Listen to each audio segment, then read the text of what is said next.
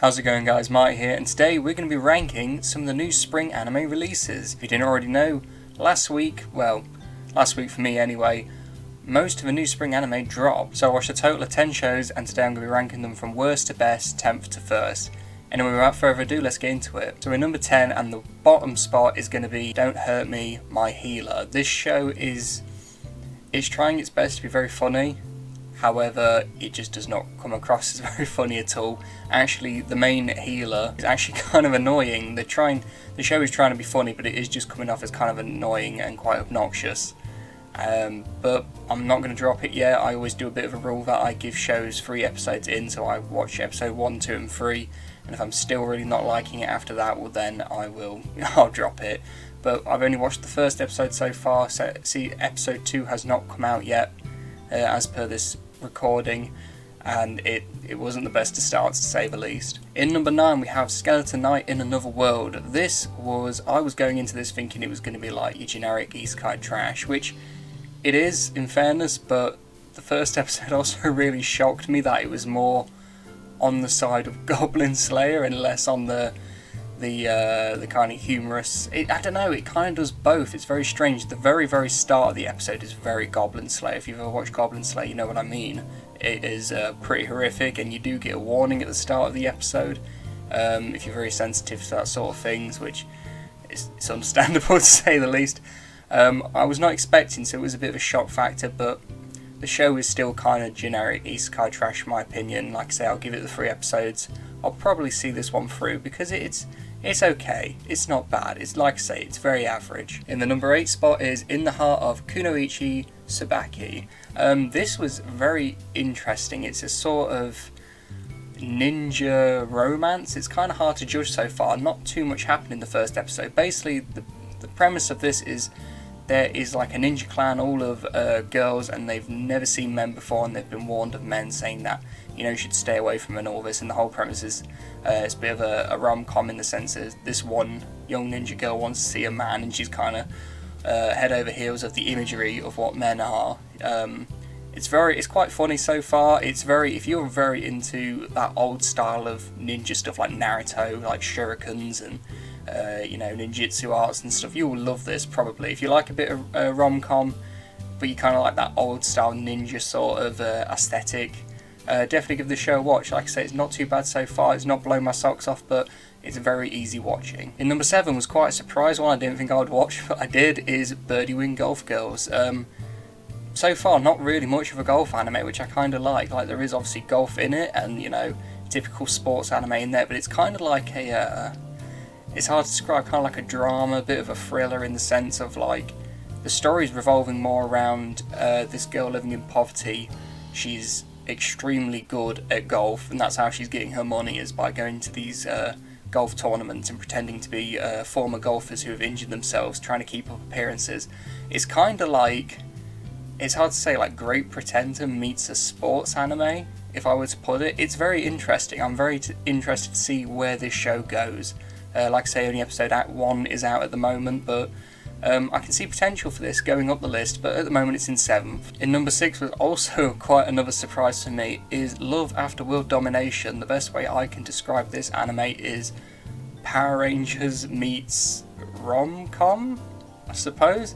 It's like a Sentai show, but the main premise is like the red Sentai Ranger falls in love with the main villainess. It's kind of interesting. They're trying to have a dating life while obviously trying to fight each other. Like, they have to keep up appearances in front of both their respective teams. Like, the start is during a mission. Those two are like trying to learn how to hold hands for the first time. It's that kind of like really cheesy romance it is. But then like the Blue Ranger sticks his head up behind, like checking on Red if he's okay, and they have to like go back to fighting, pretending that they're enemies. It's quite an enjoyable watch. I was very surprised. It's actually really enjoyable. I will continue watching this show. First episode was really, really a stunner for me.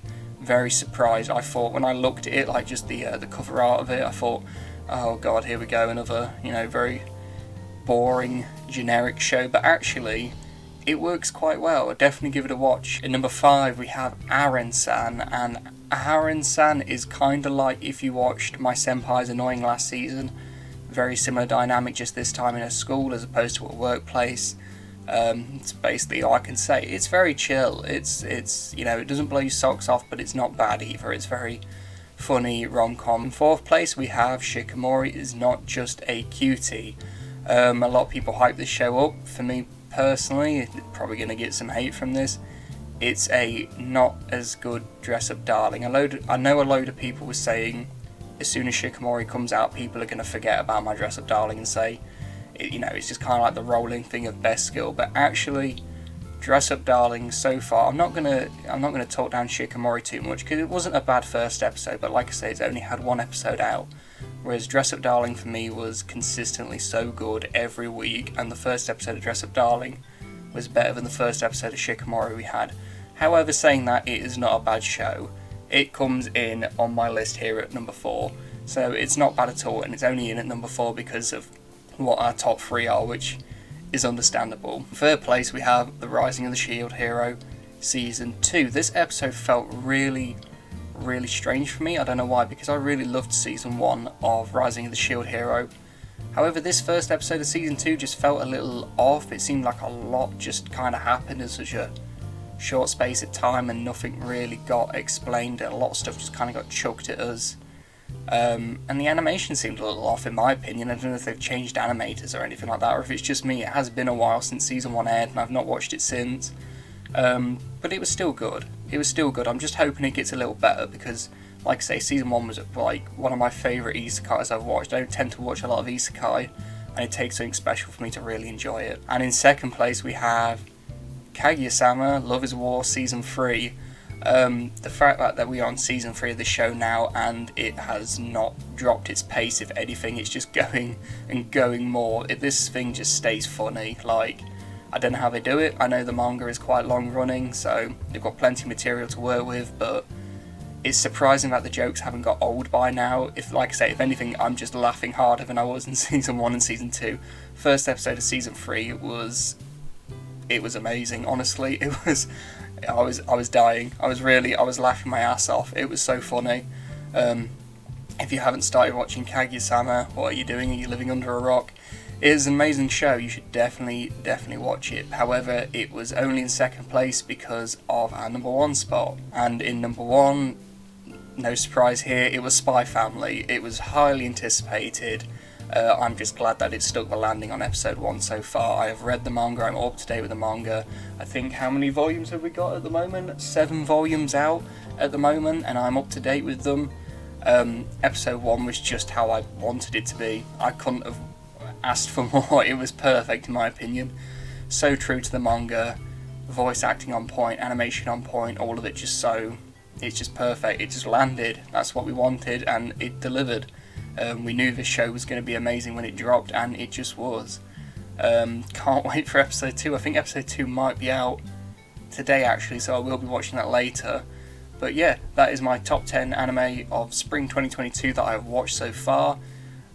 I know there's more that I haven't watched, so if you guys have watched stuff that I've not mentioned on this list, please put it down in the comments and say where you'd put it roughly in your either in this top 10 or where you grade it, either a 1 to 10 or something like that, or like a percentage or something. I'd love to hear if there's any shows I'm missing out on I should be watching, or if you guys agree with me or disagree with me on any of my placements here.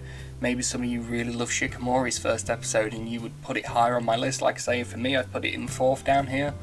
But yeah, I'd love to hear what you guys think. Anyway guys, thank you for watching, I'll see you next time.